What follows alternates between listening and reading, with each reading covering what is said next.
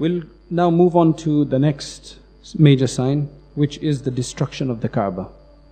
The destruction of the Kaaba, extraction of all of its treasures, and basically looting of it.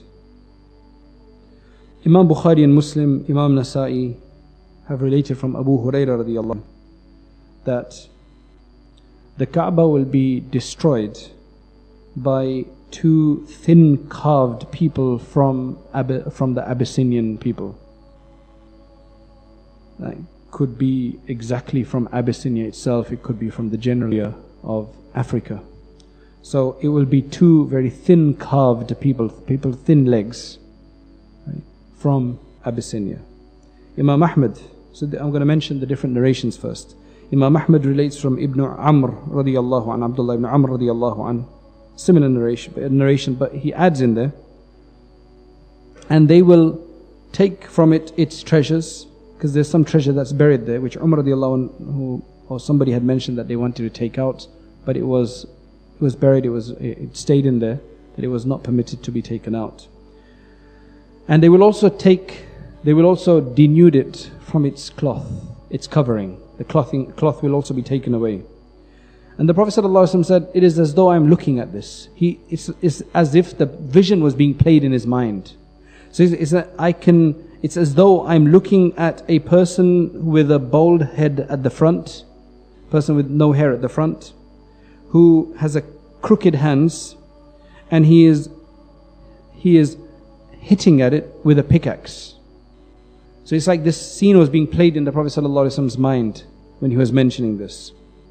Azraqi has related that they will come from the sea, because there is a gulf between North Africa, between Africa and Arabia. There is a gulf, there's water.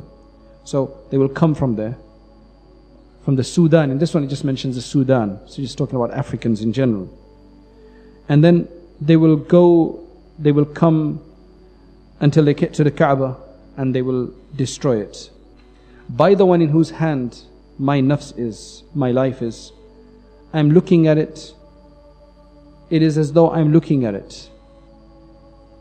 That the person will have legs will have a lot of distance between them. So kind of like broad, but thin legs.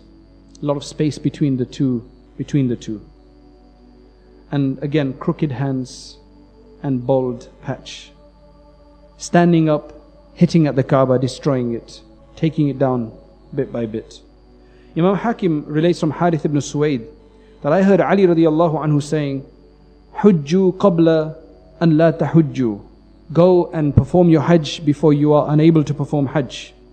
فَكَأَنِّي أَنظُرُ إِلَى حَبَشِيٍّ.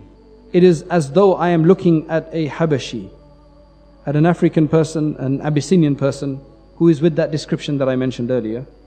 And he's got in his hand, he's got this pickaxe, and he's taking the Kaaba down stone by stone. So it'll take their time in doing it. And maybe it's because there's nobody there, because people have left it. So he doesn't have to argue with anybody, he doesn't have to confront anybody. He's taking it down brick by brick, stone by stone. So then the narrator says that I asked him, is this something you're just saying through your own opinion? Is this something you just are saying by your own deliberation? Or you heard this from the Prophet ﷺ? He said, no, by the one who has caused the seed to germinate and for a living creature to be created. I have heard this from your Prophet ﷺ. That's why it mentions again that go and do as much tawaf as possible around the house before you are prevented from doing so. I mean, we're already being prevented from doing so by the exorbitant rates. Just an umrah in Ramadan for a family cost about 8,000 to 10,000 pounds for a family of 4 or 5. So Hajj is going to probably be a lot more. There's another narration which is a bit more detailed. It says that a person will be, the pledge will be taken, the pledge will be given to a person between the Rukn and the Maqam Ibrahim, which is talking about the Mahdi. However, this bayt, this house, will not be made halal except by its own people.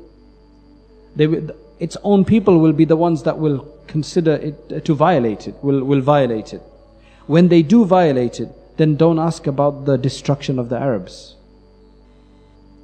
Once you've violated the haram, the house, then do not ask about the destructions of the Arabs in general. Then after that will the Abyssinians come, and they will destroy it in such a way that after it will never be inhabited. And they will also be the ones that will extract its treasure. Now, there is a verse in the Quran which says, أَوَلَمْ يَرَوْا أَنَّا جَعَلْنَا حَرَمًا آمِنًا. That don't they see that we have made this into a protected and safe place, a place of safety and protection, which is speaking about the haram. That we've made this into a safe place. So how is it possible that this will happen if that's what Allah subhanahu wa ta'ala is saying in the Quran? Also, we've got, historically speaking, everybody should know the story of the elephants. How Allah subhanahu wa ta'ala divinely helped them, and that's mentioned in the Quran. So these elephants were rooted by that, and they were unable to destroy the Kaaba. That time it wasn't even the Qibla yet. So despite that, even before Islam, that happened. So how is it that these Abyssinians will come by and take it down stone by stone? How is that possible? After it's become a Qibla of the Muslimin. So the answer to this is that obviously this is going to happen right towards the end of time, very close to the Day of Judgment, when there will be nobody left that would be saying Allah, Allah. So there will be no Muslims left. This will be after its complete desolation, after the wind has blown. That soft wind has blown, there's no Muslims left, nobody say Allah, Allah. So now these people are coming and finding the treasure and taking it down. However, the hadith which we read earlier, that nobody can violate this place except its own inhabitants. And that's what that you have an answer in there of why this might happen. So for example, during the time of the elephants, it wasn't the inhabitants of that area that had made any violation. In fact, they were trying to protect it. Abdul Muttalib was trying to protect it. The enemy was from outside, they were trying to come in. The local people had not visited it, they had actually looked after it. So, since that was the case, Allah subhanahu wa ta'ala prevented it, because they had themselves not contravened anything. Now, these Habasha, these Abyssinians, they can only come and do this, and have only been given the ability to do this after its own people, meaning after the people in the haram have violated its sanctity more than once. And you know from the history that we've already read that that has happened twice at least. In fact, it's happened 3 times. It's happened during Abdullah ibn Zubair's time, radiyallahu an. Hajjaj did it. It happened before that, initially. Then it happened again after that, when the Batinites came and stole the stone. For a number of years, the black stone was taken to Egypt, if you remember. And that's why on the way back finally it was broken. And now what you see in there is not the whole stone, but pieces of the stone. You just never get a chance to go and look at it properly, but it's just pieces of the stone that are stuck in on the surface of the inside of that casing that you see. So you find that, number one, the people of Sham, during the time of Yazid, they came and they attacked Makkah Mukarramah initially. Then Hajjaj did it during Abdul Malik ibn Marwan's time against Abdullah ibn Zubayr. If you remember, it was Hajj time, he said everybody leave quickly, and then they started attacking. Then the Qaramita, they're the ones who did it the 3rd time, and they killed so many people in the Mataf area, right? And they took the Hajar, they took the stone. So it's after the people themselves have violated it that this will be allowed to happen. But again, it will happen towards the end of time when there will be nobody left. So that shows that yes, it is a haram, it is a sanctified area, Allah has made it a place of peace, but eventually, when there's no Muslims left, it will lose that. It will no longer be like that. So there'll be obviously no Hajj at that time. This will be when nobody's left. So there's going to be no Hajj being performed at that time. Nobody to say Allah, Allah. So all of these things are possible. The whole world is going to be, Qiyamah will come. So I mean, the destruction of the Kaaba would have been part of that, but it will happen before that at the hands of these people. Because the Kaaba is very important. That's our Qibla. And it will remain as long as there are people to go to face towards it and pray, to go around it and make tawaf. Now when there's nobody left to make tawaf, there's nobody left to pray towards it, because no Muslims left. All the believers have died because of the soft wind that will blow before the Day of Judgment. So now khalas, there will be nobody left. So the Kaaba will go. And then after that the world will not even be able to be sustained. Because it says that the nourishment of this world is Allah, Allah. And when there's nobody left to say Allah, Allah, to take the name, then the world will also come to an end. However, the ulama have looked at this, and as with everything else, they look at all of the possible scenarios. So they said, let's just assume that somebody did take down the house even before then. I mean, from the narrations that we have about the prophecy that it will happen at this time and they will take it down one by one, it indicates that it will happen towards the end, right?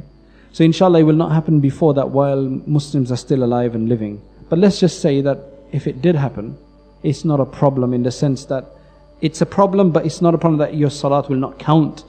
The salat has nothing to do with the building itself, because it's actually that particular location as such, the atmospherical area, whether there's a building there or not, a large or a small building. That's why even if you're in a hotel room, next to it, even looking at it, you do not have to pray at an incline, but you pray in its direction, because the Kaaba is that particular location up to the seventh heaven. So regardless of where you are, you pray in that direction. You don't have to face the Kaaba itself directly, unless you're on the ground near it, within a short vicinity of it, where you face it directly. So whether there's a building there or not, it doesn't make a difference. You will still face in that direction, salat would still be there. So nobody would be able to make an excuse, there's no building, there's no salat. Because at the end of the day, it's a building. It's the area which is the special sanctified area. The next one is, what is the next sign? To tell the truth, this particular sign we just spoke about, the destruction of the Kaaba, we did it a bit early. That should have come after some of the other signs. Because we haven't talked about the wind yet. We haven't talked about the sun rising from the west. We haven't spoken about the beast. And this destruction of the Kaaba is supposed to take place after that. However, the reason why we spoke about it right now is because there is a narration that seems to indicate that it will happen during the time of Isa alayhi salam, or Mahdi's time, but that's a weak narration. That doesn't, it's not really strong, but we decided to deal with it then.